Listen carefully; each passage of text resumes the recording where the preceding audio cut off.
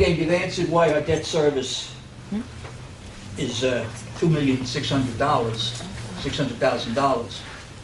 When can I see that stop?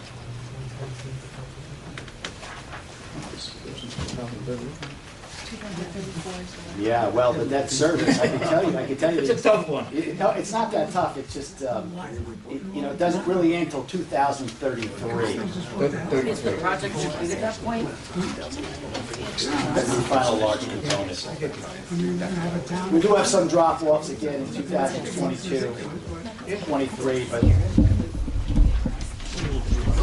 just like Paul had said, the debt, the final payments are in 2030. So that's So one. a 20-year loan is taking this out, it's the way I pay bills.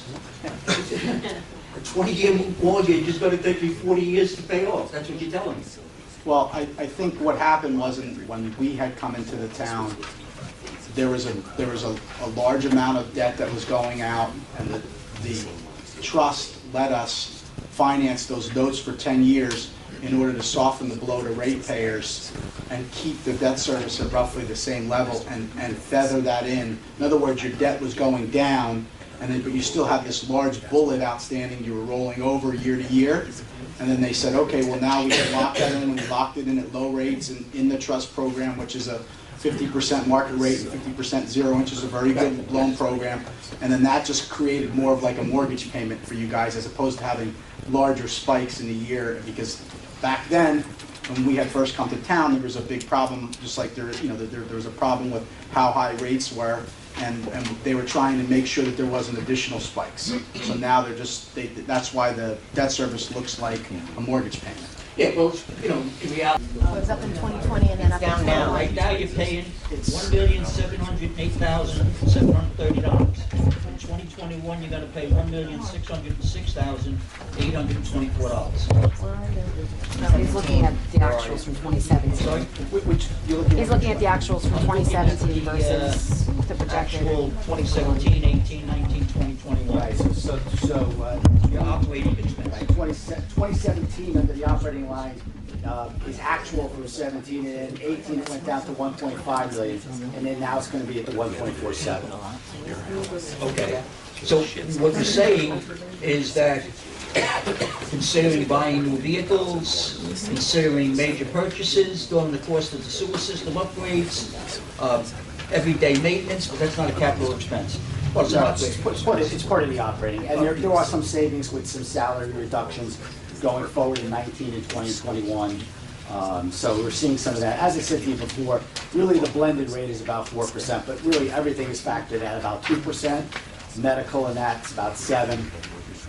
And of course the MSA fee that's buried in that operating, we're projecting 5% a year.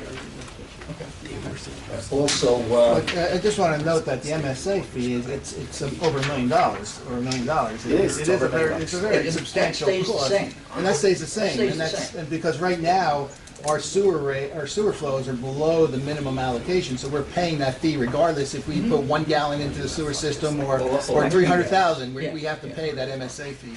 yeah, because that was the figure that they gave us to reconstruct. Reconstruct, correct. But that fee should go down in 2022. But see, It will go down in 2022. I'm not a smart guy. I just want to ask you, how can this be going down when every year we're looking at a 2 or 3% increase in cost of living? What's going down? Like I was talking about the operating expense. Well, the operating expense is a component of, as I indicated to you, we have a decrease in some of the salaries. Okay. Okay, so you have the elimination of the supervisor being charged, so that's where you're seeing some savings on the operating side. Other than that, everything else on the operating side is really going to go up at, as I said to you, about a blended rate of 4%. Yeah. So we're talking about the one operator that you're not going to have. 714. Yeah, there's some like in the That next was for 5 new months. improvements, but Right.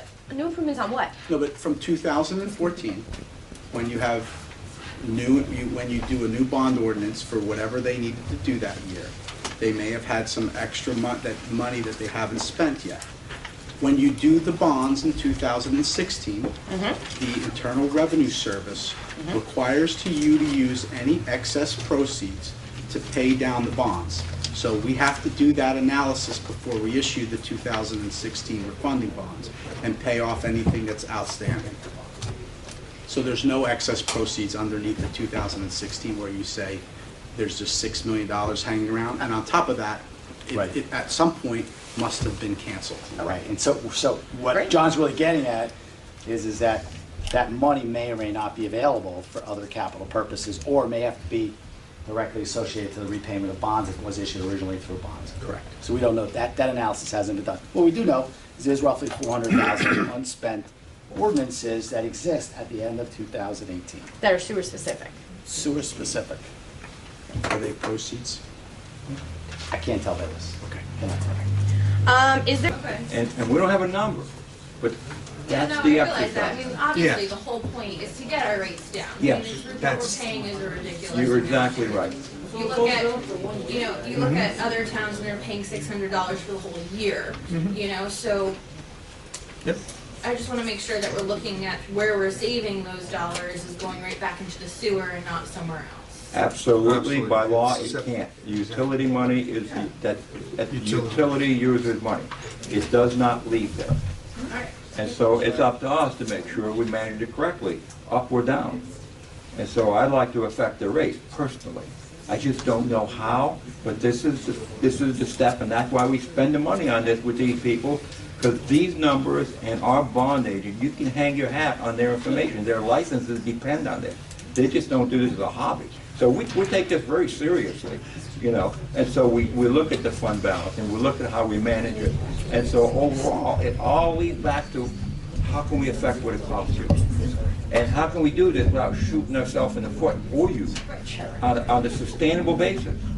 So what we do, our job here is to crunch these numbers and come up with a plan that we can sustain.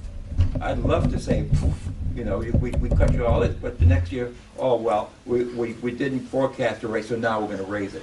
We never wanna go there. So if you might see small increments, if you see any, they're gonna be small, but we're gonna take a look at what that does compared to what we forecast. Because none of us have crystal balls, but this is a whole exercise. Your exact question. Mark, we're looking at a purple